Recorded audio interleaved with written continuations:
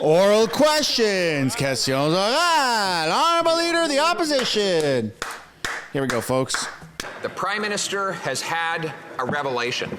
In an interview with the Halifax Chronicle Herald, he told how he responded to people asking for him to spend even more government money. And he said, and I quote, "As soon as you do that, inflation goes up by exactly the same amount." Right? Right. I think of that. My goodness. Spending money you don't have actually causes inflation. If he's in the middle of having epiphanies, has he also realized that budgets don't balance themselves? Drop some dummies in the chat. Prime Minister. Mr. Speaker.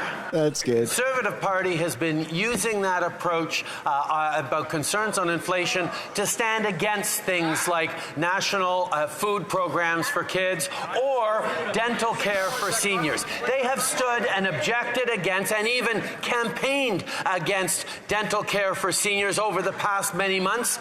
But we've delivered to over 100,000 seniors of the 2 million who've already registered for dental care the support that they hadn't gotten in years or even decades. But he stands against it with some made-up excuse around inflation when delivering services delivers for Canadians.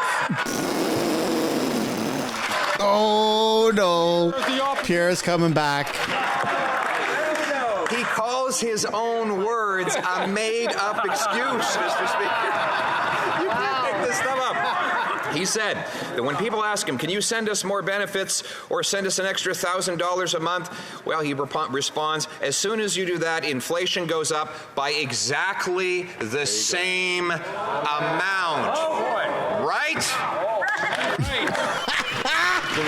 Holy shit. Speaker, that is exactly why over the past years we've been focused on bringing down inflation by supporting Canadians. And it is working. For the past 4 months, Mr. Speaker, inflation has been down in the Bank of Canada target range while we continue to increase supports for Canadians, increase dental care for Canadians with Conservatives that campaigned against, supports for seniors, supports for young people, increased investments in childcare, bringing childcare fees down to $10 a day. These are the investments we're making that do not add to inflation, but add to Canadians' well-beings as they're making ends meet. That's what we stand for, Mr. Speaker. Oh, man, this is going to come back really hard on him. He finally, for once, thought about monetary policy. He said, as soon as you spend more, inflation goes up by exactly the same amount. Right. And he is right for once. But repeating the same costly promises that he has already broken does not change that fundamental monetary rule. So will the Prime Minister acknowledge that, yes, the economy is about numbers, that people pay their rent in numbers, their gas in numbers, their groceries in numbers, and that the numbers are too high? Yeah. Well said. The Right Honourable Prime Minister. Fundamental difference in perspective between the Conservatives and this Liberal government. The macroeconomic situation of Canada is one of the best in the G7, one of the best in the world. And the independent credit rating agencies continue to give us AAA scores. The federal government is doing well, but Canadians need support. So we are choosing to deliver supports to Canadians with this solid fiscal position. Dental care, a national food policy, national disability benefits, help for housing and investments in the kind of supports for Canadians that he has stood against every step of the way, Mr. Speaker. Focus on Canada. Children killed in Rafah cannot be forgotten. We can't look away.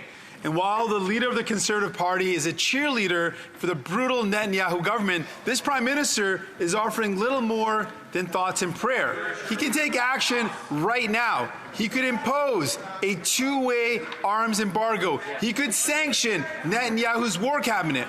So will the Prime Minister take concrete action today, or will he keep on walking away? The The Right Honourable Prime Minister. Mr. Speaker, we are horrified by the civilian deaths caused by the Israeli strikes in Rafah. We need to see an end to the violence, to the humanitarian tragedy ongoing, which is why we are continuing to put pressure on the Israeli government to cease its military operations in Rafah, why we're calling for more humanitarian aid to get in, why we've been calling for a ceasefire since December, Mr. Speaker, including in votes at the UN, and we will continue to. We need to see more humanitarian aid in. We need to see hostages released. We need to see an end to this violence and a path towards a two-state solution once again.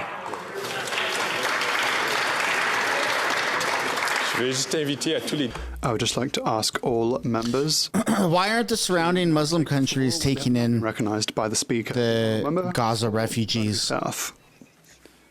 Embargo now.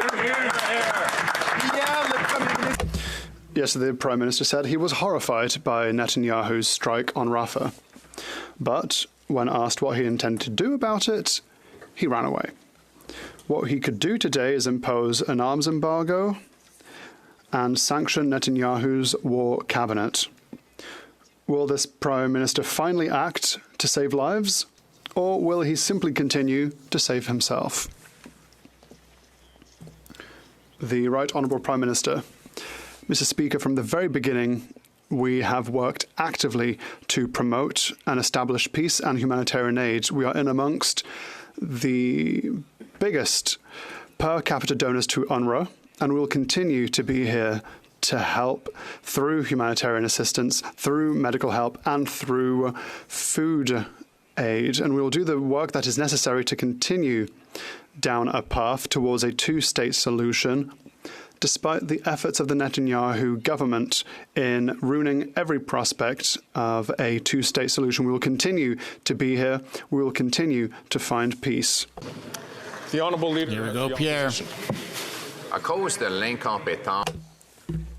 Because of this Prime Minister's incompetence and the incompetence of the Liberal Mayor of Montreal, the time one has to wait for a building permit has doubled and rents have tripled. In Ville-Marie, the Mayor of Montreal's municipal riding, it takes 540 days to get a building permit. What is the Prime Minister doing? He simply gives her $95 million more to build bureaucracy and red tape. Why not impose financial penalties on municipal politicians who are hindering the construction of housing? The Right Honourable Prime Minister. Mr. Speaker, instead of targeting elected officials, as the Leader of the Opposition is doing, we are choosing to invest to reduce bureaucracy and red tape, to accelerate processes. And that is exactly what we are doing through our 179 agreements to accelerate housing that we've signed with municipalities from coast to coast to coast. This to deliver more housing more quickly. These are agreements that the Leader of the Opposition wants to simply cancel, and that will not help building faster housing, and that's not what we saw when he was Minister for Housing. The Honourable Leader of the Opposition. Housing cost half of what it does now. The Prime Minister not only doubled the cost of housing, he also disperses amounts to build more red tape that blocks construction. Yeah, it made it impossible to build houses in Canada. In Bill C-356, that will be voted upon this afternoon, that will cut taxes on construction, that will sell federal land and buildings to build housing, and that will also give significant bonuses to municipalities who streamline housing more rapidly. Will they vote for more housing? The Right Honourable Prime Minister. Mr. Speaker, we have a concrete approach. We work hand in hand with municipalities and provinces. We invest in building more housing in the most comprehensive and ambitious way. Contrary to this member, when he was Minister for Housing under the Harper government, he built 6 affordable housing units for Canadians, and that's not the kind of approach that will help. The plan that he's proposed is very, very weak, according to experts that have analysed it. We have a concrete plan, and he refuses to invest to help Canadians. The Honourable Leader of the Opposition. Ministre, on a bâti. When I was a minister, we built close to 200,000 housing and apartment units. The average rent was $973, half of what it is today.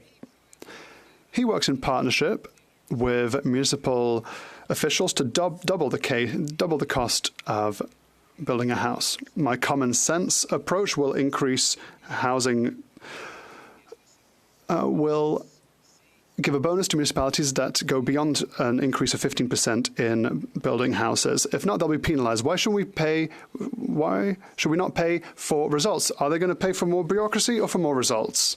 The Right Honourable Prime Minister.